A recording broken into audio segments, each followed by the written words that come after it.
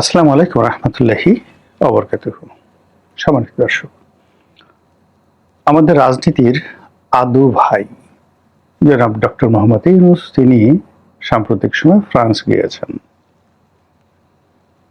সত্য মিথ্যা জানি না, বাট আমরা যেটা শুনেছি যে তিনি ফ্রান্সের বেশ বড় মাপের একজন ব্যবসায়ী, তার সেখানে বিশাল বিনিয়োগ রয়েছে এবং ইউরোপের অন্যান্য দেশগুলোর বাইরে তিনি ফ্রান্সে স্বাচ্ছন্দ্য বোধ করেন। তিনি সর্বশেষ বাংলাদেশে যে এসেছেন ক্ষমতায়, মূলত ফ্রান্স থেকে এসেছেন। তিনি যে টুকটাক চিকিৎসা করেন সেটা তিনি ফ্রান্সেই করেন। ফ্রান্সের একটা বিরাট কোম্পানি আছে ড্যানন, এরা ওই দই তৈরি করে।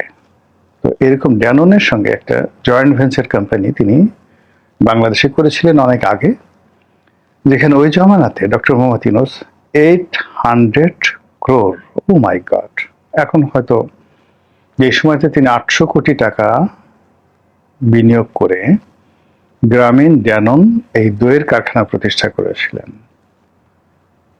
সেটা এখনকার জামানাতে মিনিমাম 2000 কোটি টাকা হবে। সেই ব্যবসাটা লাটে উঠছে।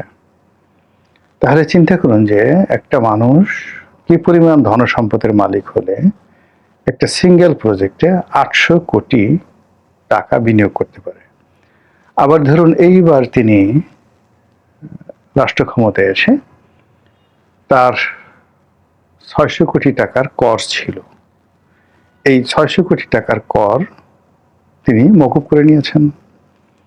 অন্যদিকে গ্রামীণ ফোনে তার যে শেয়ার, তো গ্রামীণ ফোনে তার যে শেয়ার অনুযায়ী তার যে লভ্যাংশ, সেই লভ্যাংশ হিসেবে গ্রামীণ ফোন থেকে এই লভ্যাংশ হিসেবে 1200 কোটি টাকা তিনি নিয়ে নিয়েছেন এই রাষ্ট্র ক্ষমতাকে ব্যবহার করে। এখন গ্রামীণ ফোনের একটা বিরাট অংশের মালিক ডক্টর মোহাম্মদ ইউনূসের যে প্রতিষ্ঠান গ্রামীণ টেলিকম, আর অন্য অংশের মালিক হলো টেলিনর কোম্পানি, নরওয়ের যে কোম্পানি, সেই মূল কোম্পানি, মাদার কোম্পানি টেলিনর। তো এই যে টেলিনর কোম্পানিটি আবার বাংলাদেশে কি করেছে, এই গ্রামীণ ফোনকে পাবলিক লিমিটেড কোম্পানি করেছে। তো পাবলিক লিমিটেড কোম্পানি হিসেবে শেয়ার মার্কেটের অবস্থা ভালো না হওয়ার কারণে তারা যারা শেয়ার হোল্ডার রয়েছে, বাজার থেকে যারা শেয়ার কিনেছে গ্রামীণ ফোনের শেয়ার, তাদেরকে পর্যাপ্ত যাকে বলা হয় ডিভিডেন্ড, অর্থাৎ তারা যে লাভ করেছে সেই লাভ তারা নিতে পারছে না, বিকজ এটা প্রফিটেবল নয়। দ্বিতীয় যে সমস্যা সেটা হলো তাদের সঙ্গে বিআরটি এর একটা ঝামেলা আছে। বিআরটি এর তরঙ্গ বরাদ্দ নিয়ে, কল ড্রপ নিয়ে এবং অন্যান্য ট্যারিফ নিয়ে ভীষণ ঝামেলা। বিআরটি আনুমানিক প্রায় 6000 কোটি টাকা সেখানে গ্রামীণ ফোনের কাছে তারা দাবি করছে। দীর্ঘদিন ধরে এটা নিয়ে মামলা চলছে, মোকদ্দমা চলছে। তো বিআরটি যেটা বলছে যে এই কোম্পানিটি অসৎ, এদের চরিত্র ভালো না, এরা সরকারকে ট্যাক্স ফাঁকি দেয়।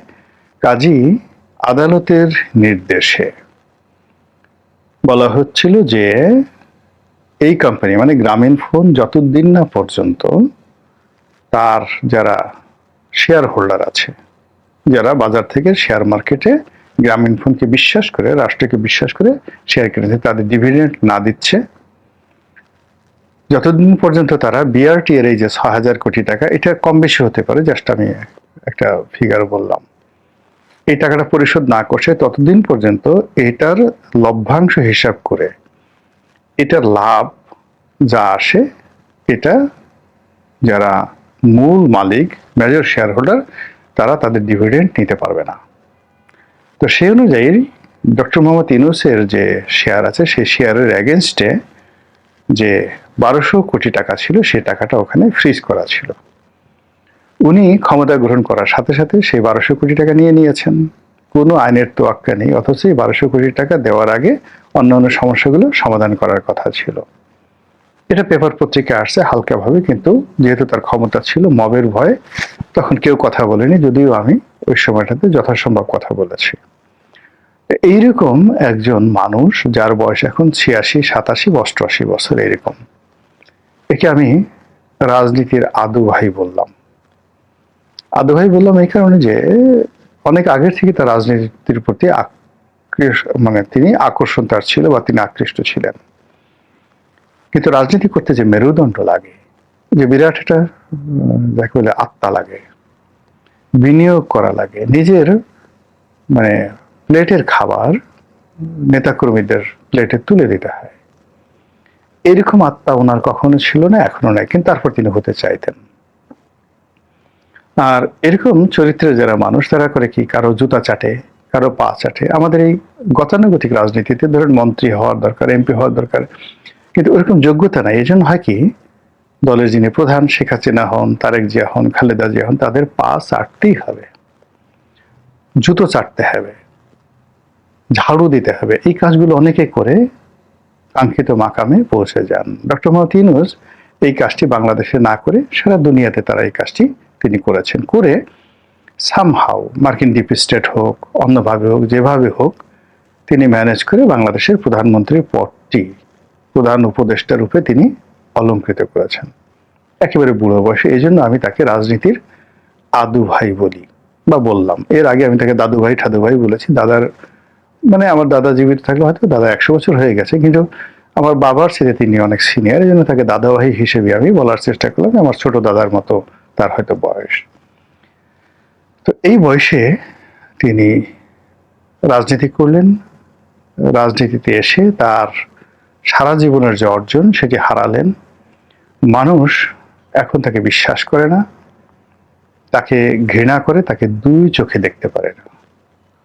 এবং সারা বাংলাদেশের বহু মানুষ টকবগে ফুসছে কখন দাদু ভাইকে একটু আদর করবে, কখন আদু ভাইকে একটু যত্ন করবে, কখন তার যারা কিচেন ক্যাবিনেট যে লোকজন আছেন তারা কি মরিচ দিয়ে এই দেশ জাতিকে রন্ধন করেছেন, কি মশলা দিয়ে তারা এই জাতিকে কাবাব বানিয়েছেন, এই জিনিসগুলো জনগণ এখন জানতে চায়। হন্যে হয়ে মানুষ খুঁজছে কিচেন ক্যাবিনেটে কি হতো, কারা কারা এই কিচেন ক্যাবিনেটের সদস্য ছিল এবং ওখানে আসলে কি হতো। এবং এই লোকগুলো যে আমেরিকা দালাল হয়ে গেল, বা এই লোক যে মার্কিন ডিপ স্টেটের এজেন্ট হয়ে গেল, স্বার্থ কি ছিল, তারা কি পেয়েছে, আর তারা সেই প্রাপ্তির বিনিময়ে এই দেশের কতটা সর্বনাশ করেছে, এগুলো নিয়ে এখন মানুষ চুলচেরা হিসাব করছে, বিশ্লেষণ করছে। প্রায় প্রতিদিনই ডক্টর মোহাম্মদ ইউনূসের বিরুদ্ধে ক্ষোভ বাড়ছে, জনরোষ বাড়ছে। এটা উল্কাপিণ্ডের মতো বাংলার আকাশে বাতাসে ঘুরে বেড়াচ্ছে।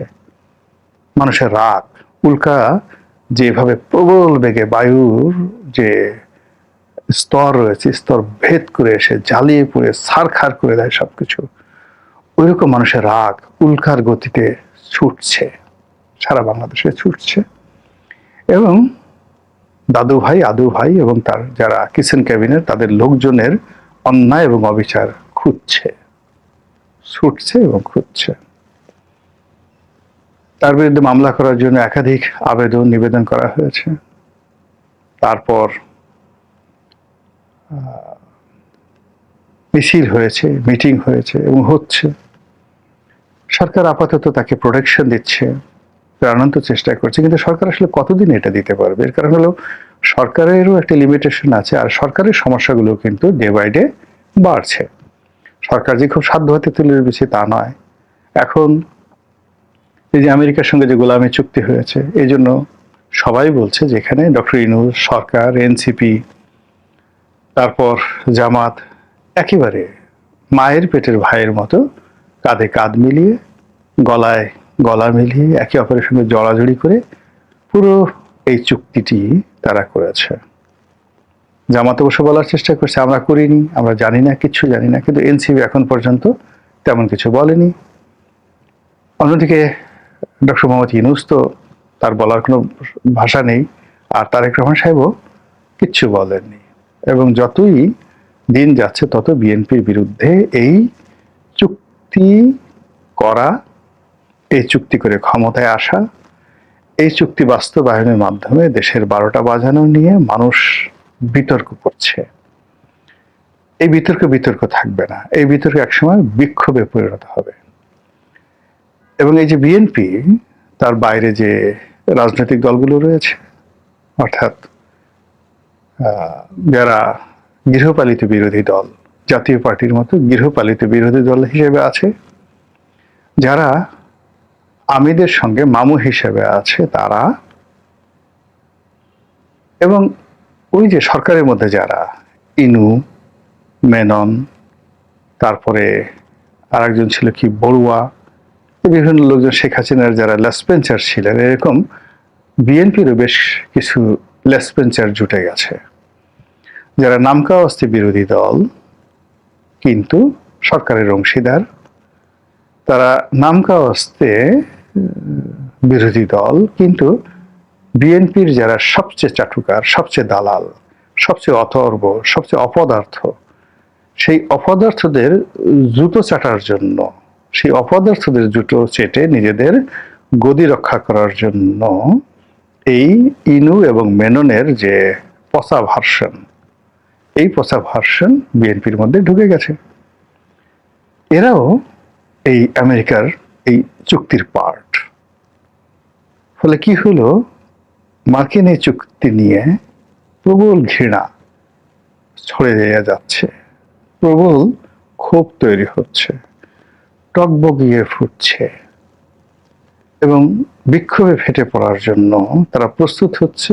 আর বিএনপির যারা প্রতিপক্ষ ঠিক এটা নিয়ে খেলাধুলার চেষ্টা করছে। ফলে এখন বিএনপি তার সঙ্গে সঙ্গে যারা মানে গৃহপালিত বিরোধী দল আছে, যারা বিভিন্ন নাটক করছে, সিনেমা করছে, বিভিন্ন রকম পরিবেশ পরিস্থিতি তৈরি করছে, সবাই আজ হোল মনে হচ্ছে তারা ইউনূসের ডান হাত, ইউনূসের বাম হাত, ইউনূসের মস্তিষ্ক, ইউনূসের পেট, মানে ইউনূসের পার্টস অফ স্পিচ আছে না, নাউন, প্রোনাউন, অ্যাডজেক্টিভ, তদ্রূপ ডক্টর মোহাম্মদ ইউনূসের নাউন, প্রোনাউন, অ্যাডজেক্টিভ রূপে, প্রিপোজিশন, কনজাংশন, ইন্টারজেকশন রূপে তারা, যারা এই মুহূর্তে বাংলাদেশের রাজনীতিতে আছেন, সবাই অ্যাজ এ হোল, সবাই মিলে এখন সেই ইউনূসের মতোই, ইউনূসকে নিয়ে যেভাবে মানুষ ঘৃণা প্রকাশ করছে, সেইভাবেই তার প্রতি ঘৃণা প্রদর্শন করা হচ্ছে। আর এরই প্রেক্ষিতে জনাব আদু ভাই তিনি ফ্রান্সে গেলেন। এখন ফ্রান্স থেকে তিনি কি আবার ফিরে আসবেন? যদি আসেন, ধরে নেবেন তিনি শক্তিশালী হয়ে আসবেন। এবং আপনার আমার কপালে আরো বড় বড় মার্কিন চুক্তি আছে, আরো বড় বড় ডোনাল্ড ট্রাম্পের মহিষের গুঁতো আমাদের কপালে আছে। আর যদি তিনি না আসেন, তাহলে চিন্তা করবেন যে এই যে একটা মেরুকরণ হলো, মার্কিন ডিপ স্টেটের একটা মেরুকরণ হলো, এই মেরুকরণটা টিকবে না। সেক্ষেত্রে আমরা দুর্ভোগের মধ্যে পড়ে যাব। থার্ডলি হলো, এই যে ওনার যে সকল লেসপেন্সার যারা ছিলেন এবং এখনো আছেন, তারা প্রতিটি লোক যে যেখানে আছেন, প্রত্যেকটা লোক জনরোষের শিকার হবেন, এবং মব কাকে বলে, কত প্রকার এবং কি কি তারা হাড়ে হাড়ে টের পাবেন।